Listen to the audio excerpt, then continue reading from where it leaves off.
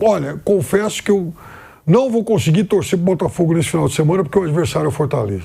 A campanha de recuperação que o Lion faz é sensacional.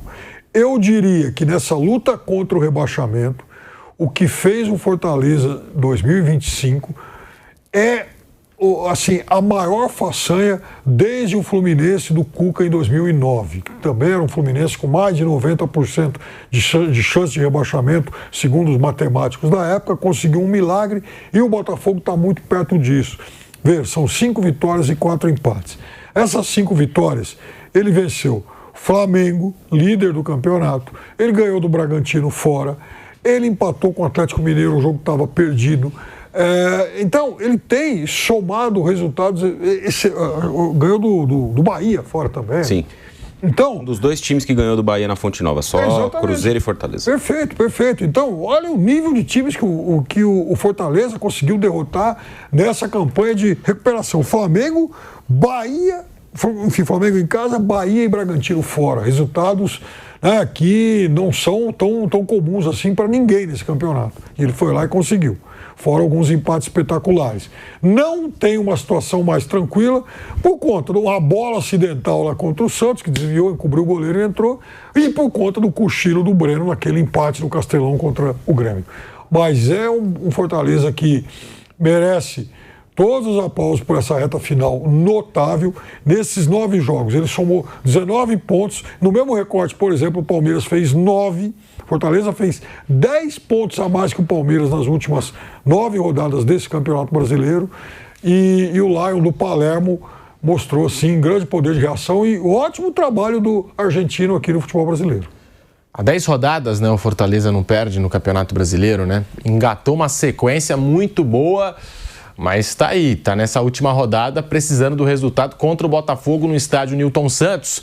Então vamos focar agora o debate nessa zona da confusão, falando especificamente do Internacional, porque nenhum time que chegou na última rodada, sendo o 18º colocado no Campeonato Brasileiro, conseguiu se livrar do rebaixamento. Será que o Internacional dessa vez vai conseguir se livrar, Bruno Prado? É uma situação bem difícil pela matemática e pelo que o Inter está fazendo, né? Pelos últimos jogos do Inter. O Inter tomou 5 do Vasco, tomou 3 do São Paulo e Vasco e São Paulo não são times dos mais consistentes, né? O São Paulo, antes de ganhar de 3 do Inter, tomou 6 do Fluminense. O Vasco vinha numa sequência de resultados ruins, aí ganhou de 5 do Inter, na rodada seguinte perdeu em casa para o Mirassol. Então o Internacional num momento muito difícil, muito complicado.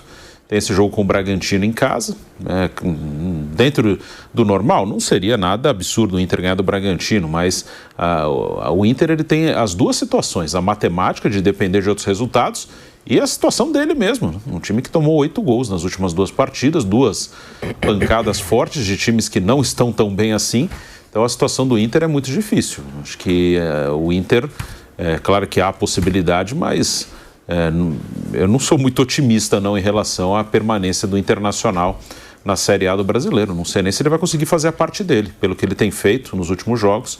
Não dá para cravar, né? Ele vai ganhar do Bragantino, aí tem que torcer para os outros. Essa primeira parte já não dá para cravar. Vai ganhar do Bragantino, é uma coisa quase certa. Acho que hoje o Inter não passa essa confiança não de que vai fazer a parte dele primeiro para depois poder torcer para os outros. Inter e Bragantino, Vitória e São Paulo. Se o Vitória bater no São Paulo e o Bragantino bater no Inter, o Bragantino pega a 8ª colocação do São Paulo, né? E também embola ali a parte de baixo, né? Raí Monteiro, o Internacional nessa situação desesperadora. E como eu trouxe aqui o dado, né? Nenhuma vez no Campeonato Brasileiro o time que estava na 18ª colocação chegou na última rodada e conseguiu se livrar do rebaixamento. Será que o Inter pode agora se mobilizar para esse jogo contra o Bragantino e conseguir escapar do rebaixamento? Poder acontecer pode, né? Apenas o palpite é que não vai acontecer, como disse o Bruno, pelo que o Inter tem produzido nas últimas semanas. Se você tirar o jogo contra o Santos, que foi um bom primeiro tempo do Inter, o Inter poderia ter vencido o jogo no primeiro tempo, até por uma boa vantagem. Você não encontra grandes jogos do Inter, não é nem só na reta final, no Campeonato Brasileiro inteiro, tanto que está nessa situação, né? O time tem 22% de aproveitamento no recorte aí dos últimos 10 jogos, se não me engano. Fez um campeonato muito fraco o Inter, de ponta a ponta. Até começa muito bem, a gente lembrava ontem aqui, né, aquela estreia do Inter contra o Flamengo, é um bom jogo no Maracanã, o Inter sai na frente, joga ali de igual para igual com o Flamengo, mesmo o Flamengo sendo um time superior. O Inter vinha de um título estadual, vinha de um fim de 24 muito bom com o Roger, né, quando o time embalou para terminar entre os primeiros ali no Brasileiro, ganhar uma vaga na Libertadores. No primeiro semestre ainda avançou na competição continental num grupo que era difícil, né? O grupo que era o grupo da morte na Libertadores. Tinha o Bahia, o Nacional do Uruguai, o Atlético Nacional da Colômbia, e o Inter passou em primeiro nessa chave. Então a primeira parte ali da temporada até foi boa do Inter, mas mais ou menos da Copa do Mundo de clubes para cá, ali já na segunda metade do primeiro turno, o Inter teve uma queda de rendimento muito grande e chega muito pendurado nessa rodada final. E acho que o Inter vai ter um aspecto que vai jogar um pouco contra, na minha visão, a favor dele, que é o fato de jogar em casa, o que pode até parecer um pouco curioso, né? Mas vai decidir em casa, isso melhor do que decidir fora.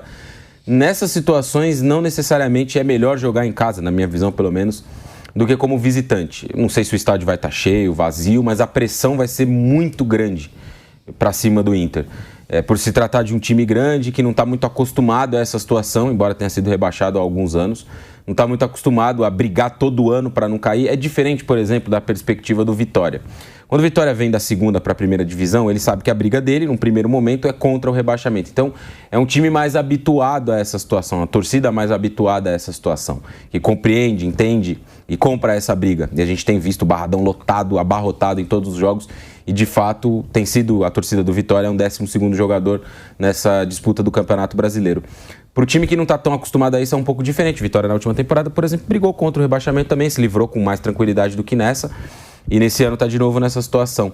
Mas para o Inter que está menos habituado, acho que a pressão é muito maior, e jogar em casa pode ser um fator também negativo nesse momento, nesse jogo contra o Bragantino. Então, no campo do palpite apenas, eu acho que o Inter nem a parte dele vai conseguir fazer nessa rodada final. O time dissolveu nessas últimas semanas, tem jogado muito mal, trocou de treinador várias vezes nessa temporada, apelou aí para um fato novo na última semana do campeonato, né? A tentativa de resgatar um personagem histórico do Inter, e acho até ruim de verdade, né? Que você traga aí, para muitos, o maior treinador da história do clube para ter na sua conta um rebaixamento. Não que ele tenha a culpa do rebaixamento, não tem, óbvio, mas ele está lá no grupo nesse momento, né? Embora tá lá tentando ajudar de alguma forma, enfim. Mas a situação do Inter é muito difícil, eu não imagino que o Inter vai conseguir se recuperar. E a situação do Fortaleza também, mesmo com essa recuperação fantástica que o Piperno citou, é muito complicada, né? O Fortaleza vai ter que ganhar o jogo, basicamente, jogando no Newton Santos, né? Um empate, provavelmente, imagino eu, que não vai servir. Então, é um panorama também difícil, você enfrentar um time que está a 9 jogos sem perder, o Fortaleza também, como visitante, no gramado sintético, que também é uma diferença, e conseguir vencer o jogo, que é o que vai precisar o Fortaleza. Então, é uma última rodada bastante complicada. Se fosse para palpitar aqui entre os que vão se salvar, vão cair, eu acho que Fortaleza e Inter vão acabar sendo rebaixados. É aquela coisa da hierarquia do futebol. Esse caso do Internacional chega a ser bizarro, Piperno, porque o Internacional, na última temporada, terminou na 5ª colocação. Esse ano, colocaram muita expectativa no ano do Internacional. Tinha torcedor colorado achando até que o Inter poderia brigar pelo título brasileiro. Só que não aconteceu. O Inter agora vai para a última rodada no desespero, Piperno. O que acontece? Ficou em quarto, né? Então, tem isso também, é verdade. O 4º e o 5º lá embaixo. O 4º e o 5º do ano passado, esse ano brigando contra o rebaixamento. Dois sejam rebaixados. E os dois podem ser rebaixados. Sobre o torcedor do Inter que apostou em título, assim, falta de juízo não tem em qualquer lugar, né? Mas... Aqui na Jovem Pan também, né? Aqui também. Mas, em relação ao Internacional, tem algumas coisas. Primeiro que tem um detalhe, que quem lembra muito isso aqui é o Bruno Prado, que assim, no futebol brasileiro, não há um desnível tão grande assim, uma diferença tão grande entre os times titulares. Então, claro que o do Inter hoje é bem mais fraco que os melhores, mas eu estou falando em relação a um campeonato todo de 38 rodadas. Então, o Internacional terminou o campeonato passado com um bom time, um bom elenco, arrumado. Eu tenho sempre algumas reservas em relação ao prolongamento de trabalhos do Roger Machado, mas aí é uma outra história. Sempre os primeiros 4, 5 meses são muito bons e geralmente os 4, 5 meses seguintes já não são tão bons assim, mas isso é uma outra questão. Aí o Internacional... Teve quem o defendeu por essa campanha na seleção brasileira. Aí volta a questão da falta de juízo, tem em qualquer lugar, né? Aí tem uma outra questão, quer dizer, que é o Internacional terminou a temporada, então, com um bom time e tal, começou esse ano mantendo essa base, mas aí apostou em Libertadores. Volta na Copa do Mundo, poupa o time do brasileiro e tal, tinha o confronto mais difícil, que era exatamente contra o time que foi campeão da Libertadores. Ele ia pegar o Flamengo, perdeu no Maracanã só por 1-0, voltou para Porto Alegre cheio de esperança. Na sequência tinha um outro jogo contra o Flamengo pelo Campeonato Brasileiro. Aí vem a falta de juízo também do time, que poupa todo mundo. Para, afinal de contas, vamos apostar tudo nessa classificação. E é óbvio que acabou perdendo os 2 jogos. O Flamengo não poupou, o Flamengo escalou o que tinha quase que de melhor no jogo do Campeonato Brasileiro, depois ele põe a força máxima na Libertadores e ganha os 2 jogos com facilidade. Aí o que faz a brilhante direção do Internacional? Bom, não conseguimos o nosso grande objetivo, que era avançar na Libertadores, porque afinal de contas entramos nesse campeonato com o status aí de um dos favoritos e tal. Então, o elenco está muito caro, estamos endividados, vamos fazer uma limpa. A situação não era confortável e aí vem o que o Bruno fala. Se os times titulares, eles são mais ou menos parecidos, vai nesse bolo aí, você pega do 5º ao 15º, não tem lá muita diferença entre eles. Você começa a queimar titulares, negociar titulares do teu time, é óbvio que você vai perder força. E isso foi fatal para o Internacional, que foi se desmanchando rodada a rodada, a ponto de tomar goleadas vexatórias nesses últimos jogos aí, né? E para coroar tudo isso, contrata o genial Ramon Dias. Então, o Internacional se tornou uma soma e uma comédia de erros que agora devem custar um rebaixamento. Eu não acredito que o Internacional, que o Colorado, consiga escapar. Como eu também apostei várias vezes aqui nesse programa na queda do Santos. O Santos, na verdade, ele acabou salvo por aquele gol em cima da hora contra o time reserva do Palmeiras. O Palmeiras errou o planejamento, pedindo para transferir o jogo, não quis jogar depois da Copa do Mundo e tal, acabou pagando por isso, foi obrigado a jogar com quase que todo o time reserva na Vila, e o jogo estava empatado até 47, 48 do segundo tempo, quando o Roleiser fez o gol. Então, aquele gol que deu 2 pontos a mais para o Santos, aquele gol faz muita diferença nessa reta final, porque o Santos também tinha uma sequência complicada de jogos. Ele ia pegar Palmeiras, Flamengo, Mirassol, termina agora contra o Cruzeiro, e certamente seriam jogos em que ele pontuaria pouco. Mas contra o Palmeiras ele ganhou esse presentão, foi competente, jogou melhor naquele dia, mereceu vencer, e o Roleiser achou o gol, que para mim vai ser o gol salvador nessa campanha. Não perdeu em Porto Alegre, foi importante. E não perdeu em Porto Alegre, jogo. Sim. E você citou... Esse foi o confronto direto, que definiu. Então já vai deixando o seu like, se inscreva aqui no canal. Vamos falando aqui de Campeonato Brasileiro, né? Dessa rodada também que promete do fim de semana. Falando do Inter, do Fortaleza, do Vitória, do Ceará, do Santos, né? Os times que correm riscos de rebaixamento, de queda, Bruno Prado. Mas especificamente desses 2 que a gente citou, Fortaleza e Internacional, que no ano passado, 4º e 5º lugar. E agora os 2 podem ser rebaixados. O Fortaleza correu um risco ao contratar o Palermo. Deu certo, engatou aí uma sequência muito boa, acertou o time, mas correu um risco no sentido de que era um técnico jovem, que demora muitas vezes esses técnicos argentinos para eles poderem se adaptar à rotina, ao calendário, às viagens do futebol brasileiro, à realidade do futebol brasileiro, que é completamente diferente do futebol argentino, mas ele se adaptou e encontrou o time. O Inter, ele errou ao trazer o experiente Ramon Dias, a dupla, né, Ramon e Emiliano Dias, porque um fez a escolha pela experiência dessa dupla, até em Vasco, Corinthians, né? Aquela arrancada que o Corinthians deu no ano passado com o Ramon Dias. E o Fortaleza foi mais pela juventude, né? Pelo um técnico que começou a carreira faz pouco tempo, que é o Palermo, né? Você acha que essa possibilidade hoje, que é real, que é muito grande, do Internacional ser rebaixado, passa pela escolha do Ramon Dias? Cara, é óbvio que o Ramon Dias não deu certo, né? Isso aí ficou claro que não funcionou. É difícil, eu acho que chegou no momento ali, tanto para o Fortaleza quanto para o Inter, até coloco o Bragantino nessa também, que teve um momento que o Bragantino estava caindo muito, e aí ele troca de técnico também, né? Sai o Fernando Seabra, vem o Wagner Mancini e o time reage. Acho que nesse momento mais de desespero, é muito quando você aí resolve trocar de técnico porque você está desesperado, com medo de cair. Acho que aí é muito na sorte. Assim, o Fortaleza é um time bem organizado, ficou 4 anos e pouco com o Vojvoda. Tentou Renato Paiva, não funcionou. Aí veio o Palermo, não dava para saber que o Palermo ia funcionar. Foi meio que assim, o Renato Paiva não deu, a gente tem que tentar alguém aí, porque ele não deu nem aquele choque inicial de arrumar uns pontinhos para salvar, mesmo que seja a curto prazo. Tentou com o Palermo, que até aqui na carreira dele não fez nada que chamasse muito a atenção como treinador, e deu certo, né? Deu certo, o time melhorou, alguns reforços chegaram, alguns jogadores começaram a se destacar, o Barreiro, o atacante, começou a fazer gol, Pierre, meio-campista também, foi ganhando espaço, é um cara que está se destacando. Então o Fortaleza teve algumas mudanças que funcionaram. O Inter apostou numa coisa que deu certo para o Vasco e para o Corinthians, para essa missão, assim, curto prazo. Tirar do rebaixamento. Para o Vasco e para o Corinthians deu certo. Ele apostou nisso. Ele conseguiu aí no curto prazo salvar os dois. Pode tentar aqui. Como o Bragantino apostou num cara experiente, brasileiro, que já passou aí por uns 30 clubes do futebol brasileiro aí de Série A, B, que também já teve muitos rebaixamentos, o Mancini, e já salvou muito time de rebaixamento. Então é meio lotérico. Já teve time que foi buscar o Mancini para não cair e caiu. O Bragantino foi buscar o Mancini porque estava desabando e começou a se aproximar ali de maneira perigosa da zona de rebaixamento.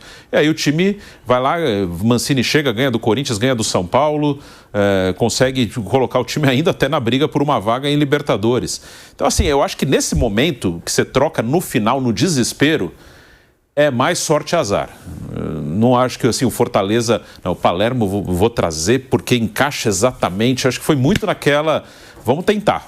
Como tentou Renato Paiva e não deu. Aí rapidamente já foi buscar outra opção. E o Inter tentou com o Ramon, tentando aí, até usando como referência Vasco e Corinthians, e não deu certo. No ano, acho que aí dá para explicar melhor, né? O Inter, o Piperno falou, alguns jogadores saíram no meio do campeonato, como o Wesley, o próprio Ener Valencia, que estava muito mal. Teve um momento de muitas lesões. E aí eu acho que uma coisa que chama a atenção nos dois, Inter e Fortaleza, é como administrar o calendário. Eu acho que isso pesou um pouco para os dois também. Como pesa positivamente para o Mirassol. E sem tirar nenhum mérito do que o Mirassol faz, porque o Mirassol há um bom tempo mostra que é um time organizado. Ele está aí na Série A1 do Paulista há muito tempo, já chegou 2 vezes em semifinal de Paulista. No ano anterior bateu na trave para subir no Brasileiro, depois subiu, e não é tirar mérito do Mirassol, não. Mas jogar menos jogos te ajuda, e jogar mais jogos te atrapalha muito. O Inter teve um momento ali que estava encavalado Libertadores, Copa do Brasil, Brasileiro, começou a ter muita lesão. E aí ele começa a se enrolar, e o Fortaleza, curiosamente não, acho que mostra, como já aconteceu 2 vezes, acho que mostra que é um fato ali que atrapalha. O Fortaleza, ele nas 2 vezes que ele se enrolou nessa era recente do Fortaleza, que é muito boa, muito consistente, se olhar o todo, foram nos 2 anos que ele jogou fase de grupos de Libertadores. Em 2022, que foi a outra vez que ele jogou fase de grupos de Libertadores, ele vira o primeiro turno em último lugar. Aí quando ele é eliminado das Copas, e aí naquele caso o Marcelo Paes optou por manter o treinador, que foi o Vojvoda, esse ano ele trocou, o Fortaleza dá uma arrancada no segundo turno e ainda vai terminar lá em 8º lugar, né? Mostrando que a diferença entre não cair e ir para uma pré-Libertadores é bem pequena. Mas o Fortaleza, ele vira o turno em último. Então, nas 2 vezes que o Fortaleza teve que jogar a fase de grupos de Libertadores, ele sofreu no Brasileiro. Então, assim, essa administração do calendário, e o Mirassol vai ter que fazer essa administração no ano que vem, vai jogar Libertadores, vai jogar Copa do Brasil, além do Paulista e o Brasileiro, ela é bem delicada, porque os times ficam bem no limite ali. O próprio Bahia, aí o Bahia está numa campanha muito boa, né? Como o Piperno já falou aqui, a maior pontuação da história do Bahia. Mas muito da queda do Bahia tem a ver com o calendário. O Bahia, por ter jogado a pré-Libertadores e também a Copa do Nordeste, ele é o time que mais jogou esse ano no Brasil. Aí teve uma hora que Caio Alexandre machucou, que machucou Eric Pulga, que machucou Luciano Juba, que machucou Ademir. Aí o Everton Ribeiro aí foi um problema mais sério, né? Não tem nada a ver com as lesões do dia a dia, foi um tumor ali na tireoide, que ainda bem que deu tudo certo. Mas essa questão do calendário, não só isso, claro, não dá para jogar só no calendário, mas acho que para o Fortaleza e o Inter teve um peso, assim, no momento de administrar o calendário. Não, é só completar, que o Bruno citou o Eric Pulga, o calendário do Bahia é complicado. Ele foi no primeiro semestre talvez o melhor jogador do Bahia. Ele não jogou 30 jogos nessa temporada. Sim. O Bahia vai fazer 80 partidas, né? Fez 79, a partida de número 79 contra o Sport.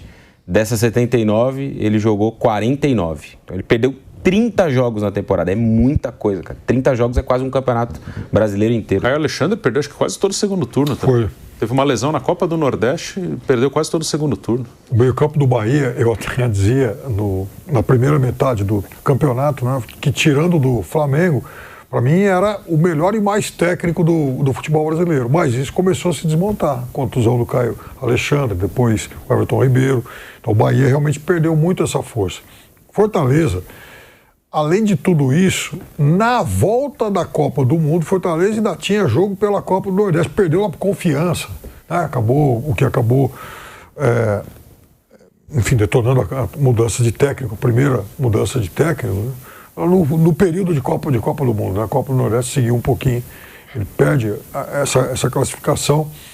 Então, também os times do Nordeste, eles trabalham muito. Então eles têm jogos a mais, porque a Copa do Nordeste é algo extremamente importante. Quem vai jogar Libertadores, então, ou quem joga fase de grupos de Sul-Americana, tem essa questão, porque do ponto de vista logístico, uma competição sul-americana, ela é mais difícil para os clubes do Nordeste. Não tem voo, por exemplo, de Fortaleza para Bogotá, de Fortaleza para Quito, de Salvador para Assunção. Então é tudo muito mais difícil para eles. Então, vai acumulando desgaste. E agora, o Fortaleza em relação a técnicos, e nesse período também do Marcelo Paes, ele faz algumas apostas interessantes. Técnicos jovens, técnicos começo de carreira, nos quais ele tem visto alguma qualidade. Então foi assim com o Rogério, foi assim com o Vojvoda e agora com o Martim Palermo. Por que o Fortaleza trouxe o Vojvoda naquele momento, lá de 5 anos atrás? Porque o Fortaleza entendia que era um técnico que tinha experiência, algumas poucas experiências, é verdade, em clubes que o Fortaleza entendia que eram mais ou menos do tamanho dele, Fortaleza, como o Martim Palermo, um técnico que está começando, né? Diferente, por exemplo, do perfil de um Renato Paiva, que quando chegou lá, inclusive, resolveu lá afastar alguns jogadores. O Daverson é um que andou afastado lá. Enfim, era um jogador disponível para negociação. Os negócios não foram feitos, os jogadores foram reintegrados. O Daverson, inclusive, respondeu bem, né? Chegou a fazer 3 gols naquele jogo contra o Atlético Mineiro, fez um outro gol importante aí. É claro que são ajustes que vão acontecendo no decorrer desse processo todo. E aí, é uma questão que eu acho que às vezes escapa um pouco da gente, que é assim, você ter um elenco compatível com as ideias de um técnico. Não adianta você ter um elenco com um monte de atacantes se o técnico tem um perfil mais reativo. Ou então, um cara quer jogar todo o time para frente e você tem um elenco cheio de volantes e defensores. Então, é preciso haver essa compatibilidade. No caso do Fortaleza, me parece que não era um elenco bem ajustado às ideias, digamos, mais conservadoras do Renato Paiva. Então, aí tinha tudo para não dar certo e não deu, né? E o Santos, Rai Monteiro, esse jogo Santos e Cruzeiro, que é aquele vai ou racha, porque dependendo do que acontecer nesse jogo, pode ser o dia do fico do Neymar ou pode ser o dia da despedida do Neymar no Santos, né? Em caso de rebaixamento do Peixe, que ainda existe essa possibilidade, Rai Monteiro. Eu acho difícil que o Neymar não permaneça no Santos por não enxergar onde ele possa jogar na próxima temporada, nessa tentativa dele de se provar um possível integrante do grupo do Carlo Ancelotti. Né? Mesmo se cair? Não, eu acho que o Santos está fora da chance de rebaixamento. Para mim, o Santos não tem... matemática existe, claro, mas assim, na prática, para mim, o Santos não tem nenhuma chance de cair na última rodada. O Piperno falou sobre o jogo contra o Palmeiras e, de fato, esse jogo foi muito importante nessa arrancada, né? O Santos não perde há 5 partidas. E esse jogo contra o Palmeiras, de fato, ele foi fundamental nessa arrancada. Mas o Santos também deu a sorte, e isso acontece no campeonato de pontos corridos. Assim como, por exemplo, lá em cima, um pouquinho mais para cima, o Ceará deu azar de enfrentar os quatro primeiros nas últimas 4 rodadas. O Santos deu sorte de enfrentar 3 times que não jogam mais nada no campeonato nas últimas 3 rodadas. Ele pegou o Sport, rebaixado, o Juventude rebaixado, e ele vai jogar com o Cruzeiro na última rodada. O Cruzeiro não pode ser segundo, não vai cair para terceiro, e vai jogar uma semifinal de Copa do Brasil 3 dias depois do jogo, não pode cair para quarto, e vai jogar uma semifinal de Copa do Brasil 3 dias depois do jogo contra o Santos. Ou seja, vai jogar com o time reserva na Vila. Então, para o Santos, um empate, né, já resolve a sua situação. Ele não vai perder um jogo, imagino eu, né? Não vai perder um jogo para o time reserva do Cruzeiro, sem mobilização nenhuma, sem nenhum objetivo nessa rodada final do campeonato. Para mim, o Santos está livre dessa situação e graças, claro, aos seus méritos e a essa tabela também, nas rodadas finais, que foi uma tabela que sorriu para o Santos. Juventude, Sport, esse Cruzeiro nesse cenário, nesse contexto, foi muito favorável para o Santos. O Santos já esteve bem pendurado. Eu já imaginei em algum momento que o Santos seria de novo rebaixado, mas agora, para mim, a chance ela é meramente matemática e muito, muito pequena de um rebaixamento. E aí, acho que tem que se atribuir méritos, né, nessa arrancada também ao Neymar. Ele foi muito importante. Os jogos foram fáceis? Foram. Mas ele foi importante, ele foi determinante. Ele participou de 6 dos 7 gols que o Santos marcou aí nesses jogos, né? Ele só ficou fora de uma dessas 5 partidas que o Santos não perdeu. Foi aquele jogo contra o Inter, o empate em Porto Alegre. Jogou contra o Palmeiras, jogou contra o Mirassol e jogou essas últimas 2 rodadas, vai jogar a última também. Então, nas últimas 6 rodadas, ele vai fazer 5 jogos. É um número bom também, tendo em vista que ele atua muito pouco ao longo da temporada inteira, e ele foi muito importante, né, na salvação do Santos. No momento decisivo ele apareceu, fez gols, deu assistências, puxou o time, mudou o comportamento, depois de ter sido criticado de forma justa, porque o jogo contra o Flamengo lá no Maracanã foi um pouco o termômetro nessa questão, né? Muita gente criticou a postura do Neymar, a entrevista no intervalo do jogo, para fazer um gol tem que dar a bola para mim, tipo, vocês todos aí são mais ou menos, toca a bola em mim que eu resolvo alguma coisa. E dentro de campo, né, as cobranças muito efusivas com alguns companheiros. Então ele mudou um pouco essa postura, acho que entendeu, refletiu sobre a importância dele, sobre o tamanho dele e mudou a postura. Acho que isso foi importante também para o Santos nessa reta final. Porque o Cruzeiro, pra falar a verdade, já saiu de férias. Muitos times já saíram de férias, basicamente. Tá todo mundo já fazendo a confraternização da firma, né? O Cruzeiro tem a Copa do Brasil, fez ontem aqui, espetacular. O Cruzeiro não briga por mais nada. Mesmo se vencer o Santos, número de vitórias ali e o Palmeiras perdendo pro Ceará, não ultrapassaria o Palmeiras, né? O Palmeiras também não briga por mais nada na última rodada. Você pode pegar vários times aí que não brigam por mais nada dentro do Campeonato Brasileiro aí, nessa rodada final. E até por isso eu acho que o Santos é o favorito e tem tudo para vencer o Cruzeiro desmobilizado, possivelmente com time reserva na Vila Belmiro, tem tudo para vencer o Santos. Mas tem aquele risco, tem aquela possibilidade de rebaixamento, ainda existe, né? Então a gente tem que comentar aqui.